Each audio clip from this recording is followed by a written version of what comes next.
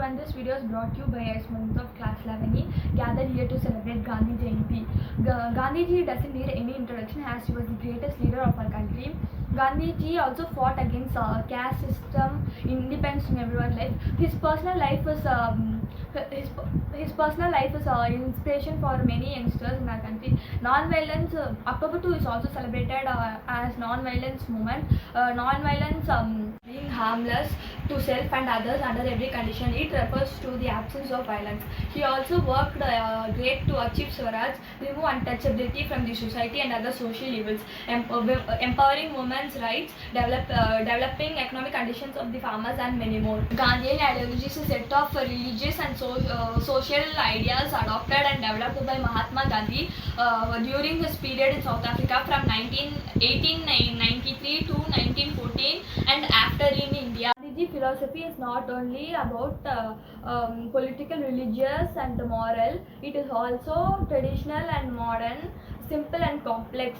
It embodies with various Western influences through which Gandhiji was exposed, but rooted with ancient Indian culture. It is not on idealism, but on practical idealism. Major Gandhian thoughts are truth and non-violence. They are the two cardinal principles of Gandhian thoughts. Non-violence is absence of violence, and peace is understood by Mahatma Gandhi to denote active love. Non-violence regards the highest law of humankind. Gandhiji called his all our methods of non-violent action as satyagraha. It means exercise of purest soul of against all injustice, oppression and exploitation. Sarvodaya is a term meaning universal uplift or progress of all. This term was first coined by Mahatma Gandhiji as the title of his first translation of John Ruskin's track on political economy unto this last. Gandhi views nonviolence as having two forms to create the whole.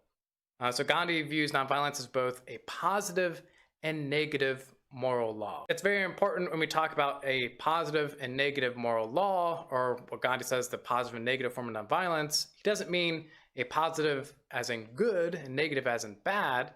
He means positive as in a positive moral law tells us things that we should do, the ways that we should act, where a negative moral law tells us things that we should refrain from. So think of the 10 Commandments. The 10 Commandments actually take the form of primarily as negative moral laws. They tell us a lot of thou shalt not do this, thou shalt not do that. Whereas a positive moral law will tell us something that we should do, thou shalt do this. So what is the negative form of nonviolence? Well, that's this common notion that we have. Directly from the reading, Gandhi says in its negative form, it means not injuring any living being, whether body or mind. So here we see an extension of the original conventional view of nonviolence, of simply no violence, to beyond just physical violence, but also mental violence, and also into the realm of intention. He thinks that not only should you not harm other individuals, you should not intend harm on other individuals. You do not intend harm or hold ill will towards any living being. Now we should note for Gandhi, nonviolence equally applies to animals as to humans, and this is actually another common feature for Eastern traditions such as Hinduism and Buddhism, that animals are just automatically included into the moral community, whereas in Western traditions it's not as common to do that. The negative form of nonviolence, or ahimsa, for Gandhi, it's necessary. That is a part of nonviolence, but he calls it the lowest form of nonviolence. If we practice this form of nonviolence alone, we aren't being nonviolent per se, but unviolent.